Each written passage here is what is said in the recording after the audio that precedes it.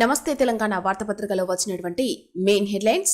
త్వరలో పెట్రోల్ ధరల మోత అంటూ ఇక్కడ ప్రధాన వార్త చూడొచ్చు. బడ్జెట్ కు ముందే పెట్రోల్ డీజిల్ పై ఎక్సైజ్ సుంకం పెంపు, లీటర్కు 3 నుంచి 4 రూపాయలు పెరిగే అవకాశం. ఆదాయం పెంపునకు కేంద్రం ఎత్తులు అంటూ ఇక్కడ వార్త కనిపిస్తా ఉంది.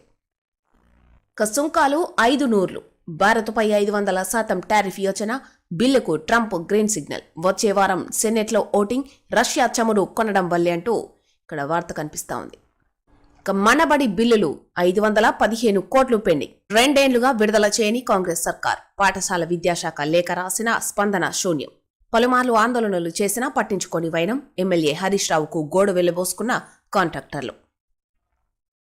చెక్ డ్యాం రక్షణ గోడ కూల్చివేత.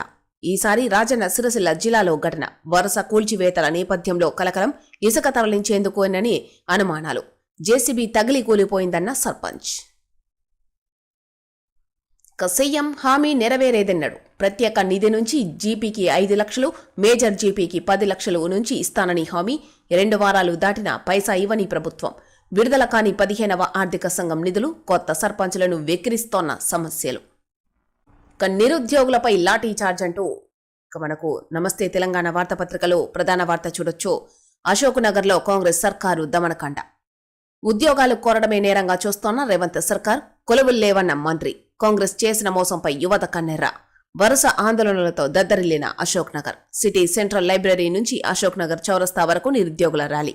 పోలీసుల లాఠీచార్జ్, పలువురికి గాయాలు. ఈడ్చిపారేసిన పోలీసులు అంటూ ఇక్కడ వార్త చూడొచ్చు. అధికారంలోకి వస్తే 100 రోజుల్లో జాబ్ క్యాలెండర్ ప్రకటిస్తాం. యూపీఎస్సీ తరహాలో రెగ్యులర్ జాబ్ క్యాలెండర్ విడుదల చేస్తాం. ఎన్నికలకు ముందు కాంగ్రెస్ నమ్మబలికిన మాటలివి. నిరుద్యోగులు, యువత ఆ ఉచ్చులో పడ్డారు. 2023 డిసెంబరు 7న కాంగ్రెస్ ప్రభుత్వం అధికారంలోకి వచ్చింది. తర్వాతే అసలు కథ మొదలైంది. గడిచిన 25 నెలల్లో యూపీఎస్సీ ఏడాదికొకటి చొప్పున 2 జాబ్ క్యాలెండర్లను ప్రకటించింది. రేవంత్ సర్కారు మాత్రం 2024 ఆగస్టులో ఏ వివరాలు లేని మొక్కుబడి క్యాలెండర్ ప్రకటించి చేతులు దులుపుకుంది.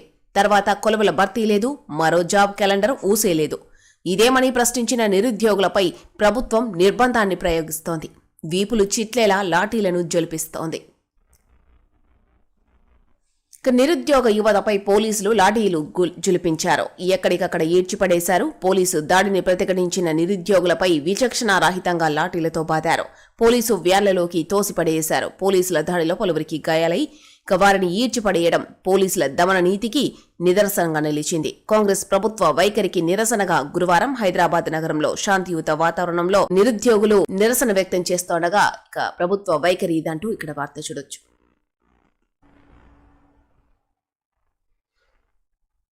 యాదాద్రి పవర్ఫుల్ సాకారం దిశగా కేసీఆర్ స్వప్నం. YTPS unit 4 COD success. 72 గంటలు నిర్విరామంగా రన్నింగ్. 800 మెగావాట్ల ప్లాంటులో నిరాటంకంగా 825 మెగావాట్ల విద్యుత్ ఉత్పత్తి. విద్యుత్ రంగంలో మరో మైలురాయి. ఇప్పటికే 2 యూనిట్ల ద్వారా 1600 మెగావాట్ల విద్యుత్ ఉత్పత్తి. 4వ యూనిట్తో 2400 మెగావాట్లకు. సిఓడికి సిద్ధంగా మరో 2 యూనిట్లు. 4000 మెగావాట్ల లక్ష్యంతో యాదాద్రి థర్మల్ పవర్ కు శ్రీకారం చుట్టిన కేసీఆర్. కేసీఆర్ దార్శనికతకు నిదర్శనంగా మరో అద్భుత ఘట్టం ఆవిష్కృతమైంది. తెలంగాణ విద్యుత్ రంగంలో కేసీఆర్ స్వప్నం సాకారమైంది. ప్రతిష్టాత్మక యాదాద్రి పవర్ ప్లాంట్ వైటీపీఎస్ మరో మైలురాయిని అధిగమించింది. గురువారం ఈ ప్లాంట్లోని unit 4 commercial operation date COD success అయ్యింది. 72 గంటల పాటు ఈ ప్లాంట్ నిర్విరామంగా నడిచింది. 800 మెగావాట్ల ఈ ప్లాంట్ ఎలాంటి ఆటంకం లేకుండా నిరాటంకంగా నడిచింది అంటూ ఇక్కడ వార్త చూడొచ్చు. ఇటీవల ప్రమాదంలో తండ్రిని కోల్పోయిన చినరాజు నవీన్ కు పై చదువుల కోసం ఆర్థిక సాయం అందజేస్తోన్న బీఆర్ఎస్ అధినేత. చిత్రంలో చూడొచ్చు. మంచిగా చదువుకో బిడ్డ, కేసీఆర్ దాతృత్వం. 2 నిరుపేద బిడ్డల చదువులకు ఆర్థిక సాయం. ఇటీవల ప్రమాదవశాత్తు చనిపోయిన వారి తండ్రులు బీటెక్ ఫీజు చెల్లించేందుకు ముందుకొచ్చిన కేసీఆర్. కేసీఆర్ అరెస్టుకు సర్కారు కుట్రలు అంటూ ఇక్కడ మరో వార్త కనిపిస్తా ఉంది. కేటీఆర్, హరీష్ ను ఎదుర్కోలేకే అక్రమ కేసులు. ఫోన్ ట్యాపింగ్ కేసులో ఇరికించే ఎత్తుగడలు. బీఆర్ఎస్ పార్టీ నేతల పేర్లు చెప్పాలంటూ రిటైర్డ్ ఐపీఎస్ ప్రభాకర్ రావుపై తీవ్ర ఒత్తిడి. మహిళా ఐఏఎస్ కు మంత్రి వేధింపులు. బీఆర్ఎస్ ప్రధాన కార్యదర్శి ఆర్ఎస్ ప్రవీణ్ కుమార్ వెల్లడి.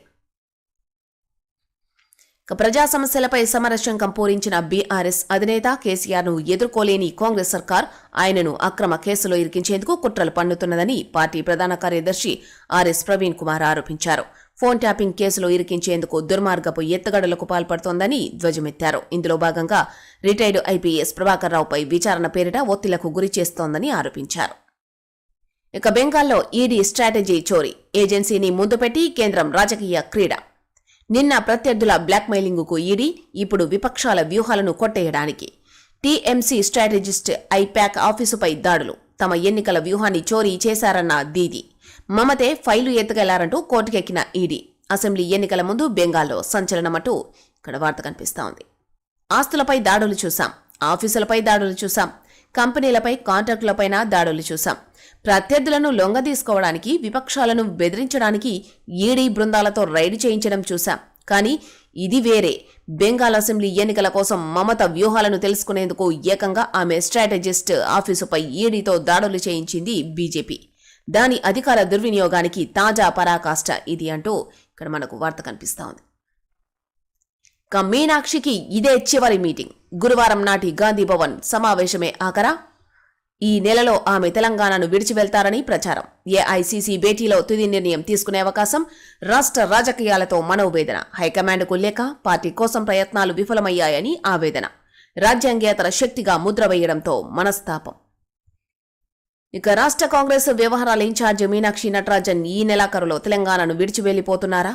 గురువారం గాంధీభవన్లో జరిగిన పీఏసీ విస్తృత స్థాయి సమావేశమే ఆమె ఆఖరి మీటింగా అని అడిగితే అవుననే అంటున్నాయి కాంగ్రెస్ వర్గాలు.